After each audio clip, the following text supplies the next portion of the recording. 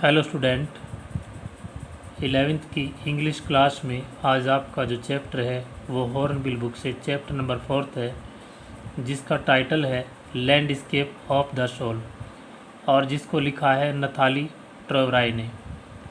Students, इस lesson को समझने के लिए हम 3 पार्ट्स में डिवाइड कर सकते हैं।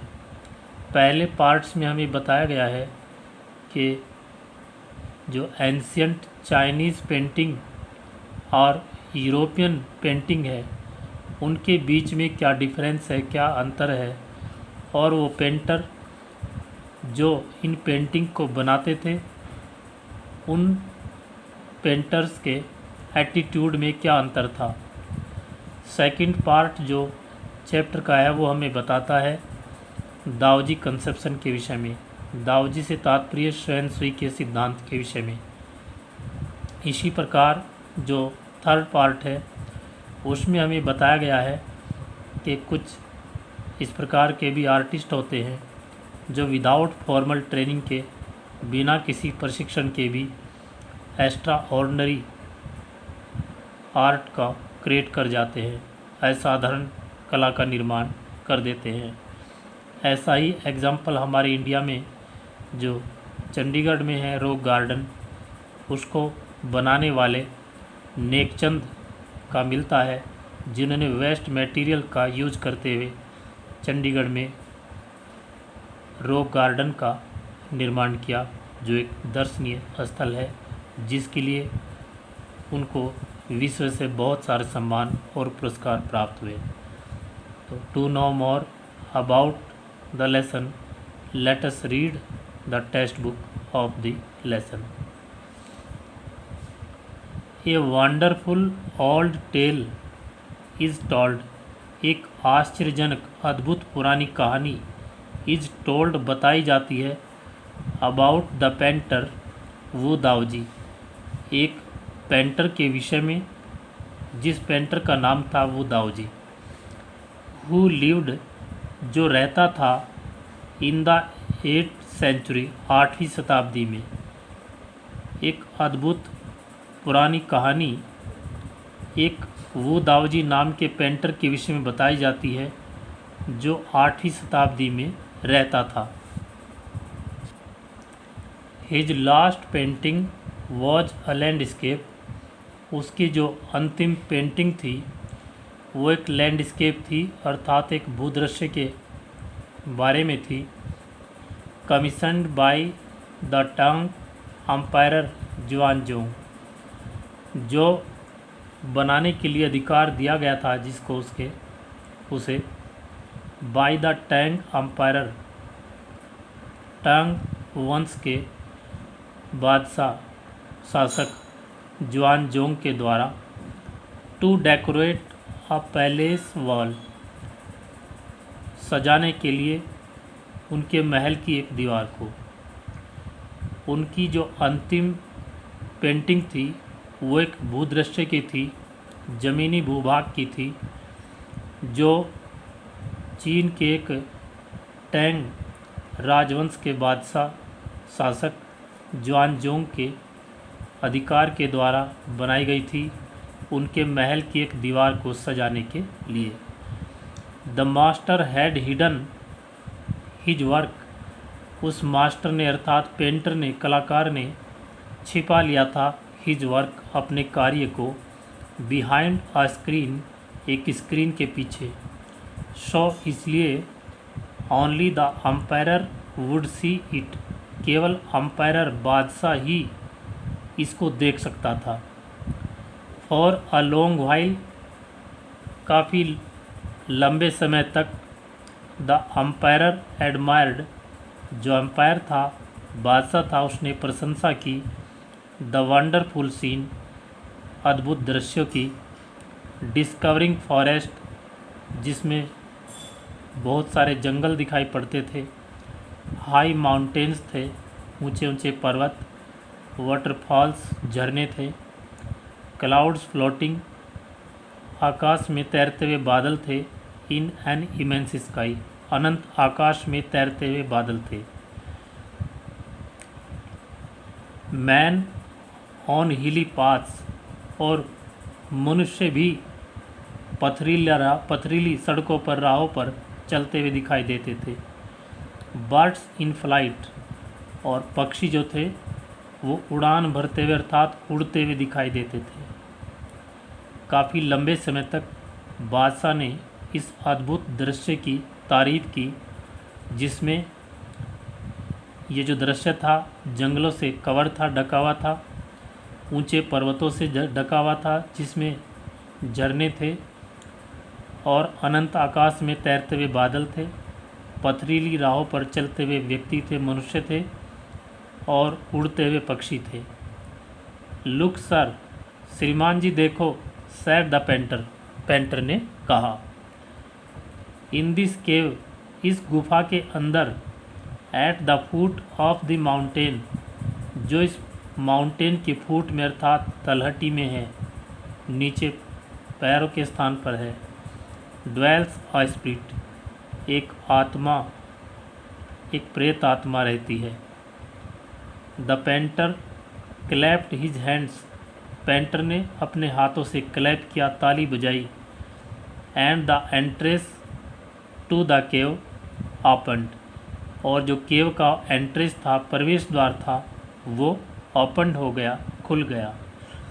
द इनसाइड इज स्प्लेंडिड, अंदर जो है वो बहुत शानदार चीज़ है। Beyond anything words can convey, कलाकार ने कहा कि अंदर बहुत शानदार दृश्य है। Beyond anything words can convey, ऐसा दृश्य है जिसका वर्णन शब्दों से भी परे, अर्थात शब्दों में बयां नहीं किया जा सकता। Please let me show your majesty the way, कृपया महाराज को मुझे रास्ता दिखाने दो। The painter entered the cave, painter ने केव के अंदर एंटर किया, अर्थात पेंटर गुफा के अंदर प्रवेश कर गया। बट लेकिन the entrance close behind him, लेकिन ये जो एंट्रेंस था, प्रवेश द्वार था, जैसे उसने प्रवेश किया ये तुरंत उसके पीछे बंद हो गया। And before the astonished emperor, और इससे पहले कि वो आश्चर्य से चकित हुआ बादशाह, कुड मो, वो हिल सकता था, और अटर अ वर्ड, या वो एक भी शब्द बोलता, इससे पहले कि आश्चर्यचकित बादशाह अपने स्थान से हिलता या एक भी शब्द बोलता। द पेंटिंग हैड वेनिस्ड, ये जो पेंटिंग थी वो हैड वेनिस्ड, गायब हो गई थी, फ्रॉम द वॉल, दीवार से। Not a trace of Wu Daozi brush was left, not a trace, एक ट्रेस तक भी नहीं, अर्थात एक निशान तक भी नहीं, ऑफ वो दावजी ब्रश, वो दावजी के ब्रश का, वॉज लेफ्ट, वहाँ पर बचा हुआ था, अर्थात दीवार के ऊपर से तस्वीर का नामो निशान बिल्कुल समाप्त हो गया। And the artist was never seen, और वो जो कलाकार था वॉज नेवर सीन, कभी नहीं देखा गया, अगेन, दोबारा, इन दिस वर्ल्ड, इस दुनिया में। सच स्टोरीज प्लेड, इस प्रकार की कहानियाँ प्ले करती थी, एन इम्पोर्टेंट पार्ट, एक महत्वपूर्ण भूमिका, इन चाइनाज क्लासिकल एजुकेशन, चीन की क्लासिकल शिक्षा के अंदर, चीन की शास्त्रीय शिक्षा के अंदर इस प्रकार की कहानियाँ एक महत्वपूर्ण भूमिका निभाती थी। The books of Confucius and Zhuangzi, Confucius और ज्वांगजी दो चीन के बहुत उच्च कोटि के दार्शनिक विद्वान हुए हैं, उनके द्वारा लिखी पुस्तकों का जिक्र यहाँ पर किया गया है। The books of Confucius and Zhuangzi, Confucius और ज्वांगजी के द्वारा लिखी पुस्तकें आर फुल, भरी हुई हैं, ऑफ देम, इस प्रकार की शास्त्रीय शिक्षा की कहानियों से। दे हेल्प्ड द मास्टर, वो गुरु की सहायता करती थी, टू गाइड हिज डिसाइपल, अपने शिष्य को गाइड करने में, इन द राइट डायरेक्शन, सही दिशा के में। ये जो कहानियाँ थी पुस्तकों में कन्फ्यूशियस और जुआंग जी की, ये गुरु को अपने शिष्य को निर्देशन करने में, सही दिशा में ले जाने के लिए सहायता करती थी। बियॉन्ड द एनेक्डोट, लघु कहानियों से परे, दे आर डीपली रिवेलिंग, वो बहुत गहराई तक प्रस्तुत करती हैं ऑफ द स्पिरिट, उस आत्मा को दर्शाने में, इन विच, जिसमें कि आर्ट वॉज कंसिडर्ड, जिससे कला को समझा जा सके। अर्थात कहने का तात्पर्य है कि इन लघु कथाओं से परे वो गहराई तक उस आत्मा को दर्शाती थी जिसके द्वारा कला को समझा जा सके। कंट्रास्ट दिस स्टोरी, इस कहानी के कंट्रास्ट, विपरीत तुलना करते हुए, और अनदर फेमस वन, और दूसरी एक प्रसिद्ध कहानी, अबाउट अ पेंटर, जो एक पेंटर के विषय में है, हु वुडंट ड्रा द आई, जिसने आई को ड्रा नहीं किया था, अर्थात आँख की को नहीं बनाया था तस्वीर में, ऑफ अ ड्रैगन, एक ड्रैगन में की। ड्रैगन मीन्स एक उड़ने वाला काल्पनिक सर्प जिसके पंख होते हैं। तो तस्वीर में एक ड्रैगन, उड़ने वाले सर्प की आँख को नहीं बनाया गया था पेंटर के द्वारा। ही हैड पेंटेड, जिस तस्वीर को उसने ड्रैगन की पेंट किया था। फॉर फियर, क्योंकि उसको डर था, इट वुड फ्लाई, कि ये उड़ जाएगा, आउट ऑफ द पेंटिंग, उस पेंटिंग से उड़ करके दूर चला जाएगा यदि उसकी आँख का निर्माण कर दिया गया। With an old story from my native lander,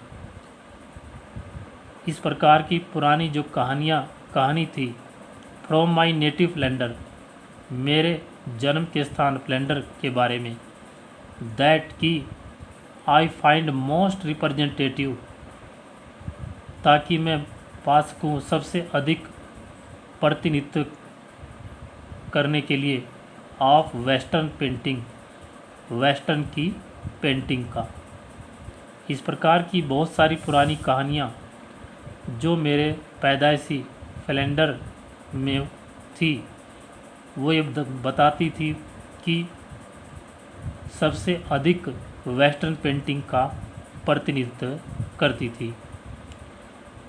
in 15th century, 15वीं शताब्दी में, एंटवर्प जो एक स्थान है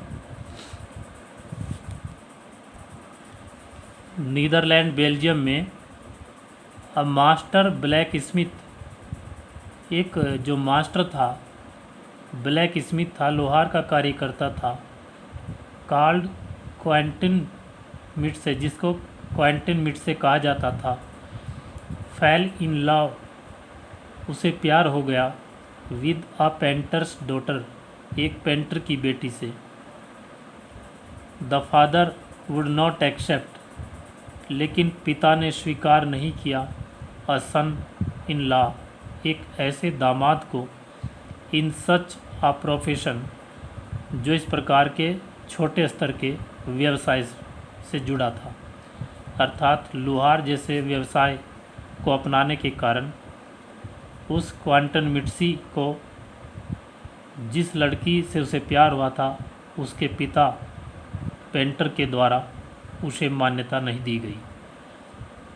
सो इसलिए Quinton sneaked into the painters studio, इसलिए क्वांटन ने क्या किया, वो स्नीक कर गया, चोरी से छिप करके प्रवेश कर गया, into the painters studio, painter के स्टूडियो के अंदर, एंड पेंटेड अ फ्लाई, और उसने एक फ्लाई को पेंट कर दिया, एक मक्खी को पेंट कर दिया, ऑन हिज लेटेस्ट पैनल, उसके सबसे अंतिम ताज़े पैनल के ऊपर जिस पर उसने तस्वीर बनानी थी, विद सच डेलिकेट रियलिज्म, इस प्रकार की सूक्ष्म यथार्थवाद उसने उस तस्वीर में भर दिया, सजीवता इस प्रकार की उसने तस्वीर में भर दी, दैट कि द मास्टर ट्राइड, कि वो जो मास्टर था उसने ट्राई किया, कोशिश किया, टू स्वेट इट अवे, इसको दूर भगाने का, मारने का,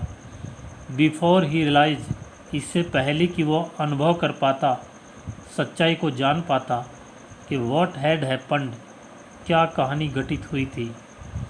तो Quinton was immediately admitted, Quinton को बहुत शीघ्र ही स्वीकार कर लिया गया, उसे मान्यता दे दी गई एज एन अप्रेंटिस, एक सहायक के रूप में, इनटू हिज स्टूडियो, उसके स्टूडियो के अंदर काम करने के लिए। ही मैरिड हिज बिलव्ड, और उस क्वांटन ने फिर अपनी प्रेमिका से भी शादी की, अर्थात वो जो पेंटर था उसने अपनी बेटी से शादी करने की अनुमति उसको दे दी। एंड वेंट ऑन, और उसने जारी रखा, to become one of the most famous painters of his age, अपने युग के सबसे अधिक प्रसिद्ध जो पेंटर थे उन पेंटर्स में से एक पेंटर वो बना निरंतर प्रयासों के बाद। दीज टू स्टोरीज, ये जो दो कहानियाँ हैं, इलस्ट्रेट, जो संकेत करती हैं, what etch form of art, की कला का प्रत्येक रूप, इज ट्राइंग टू अचीव, वो कोशिश करता है हासिल करने का, प्राप्त करने का, अ परफेक्ट इल्यूशनिस्टिक लाइकनेस, एक संकेतांक समानता, भ्रामक समानता, इन यूरोप में, अर्थात यूरोप की जो पेंटिंग है वो समानता का भ्रम पैदा करती है, यथार्थ का, हूबहू दिखने का।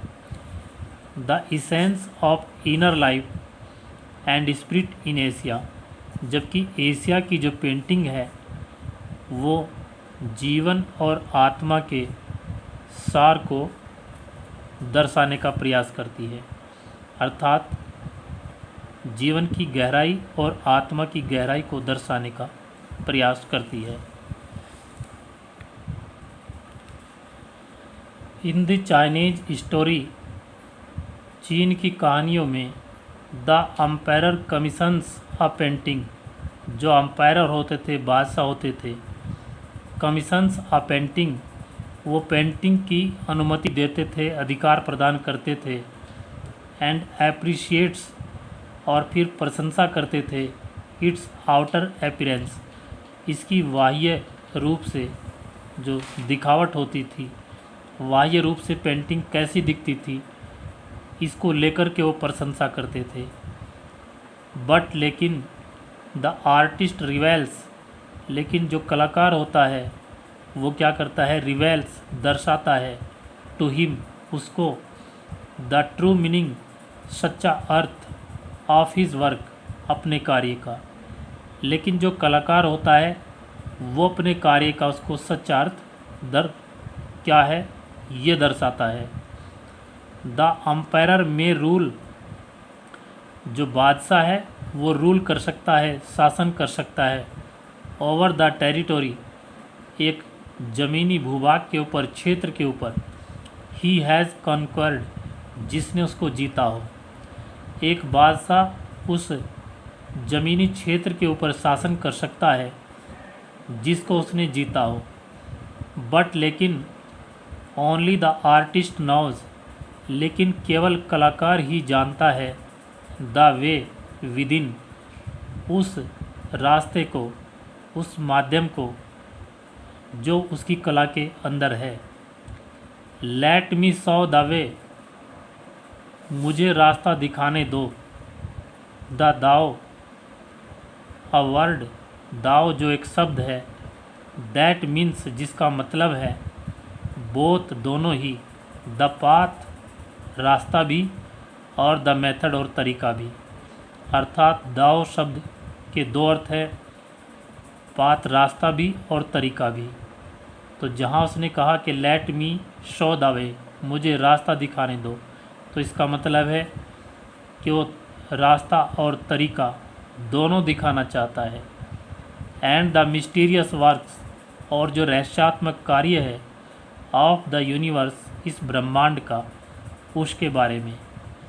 द पेंटिंग इज गॉन, जो पेंटिंग है वो चली गई, बट लेकिन द आर्टिस्ट हैज़ रिच्ड, लेकिन जो आर्टिस्ट है वो हैज़ रिच्ड, पहुंच गया है, हिज गोल, अपने उद्देश्य तक। जिस उद्देश्य को वो पाना चाहता है वहाँ तक वो पहुंच गया है। बियॉन्ड एनी मैटीरियल अपीरेंस, किसी भौतिक जो अपीरेंस है, दिखावट है, उसकी पहुंच से परे जो उसका उद्देश्य है आर्टिस्ट का, वहाँ तक वो पहुंच चुका है।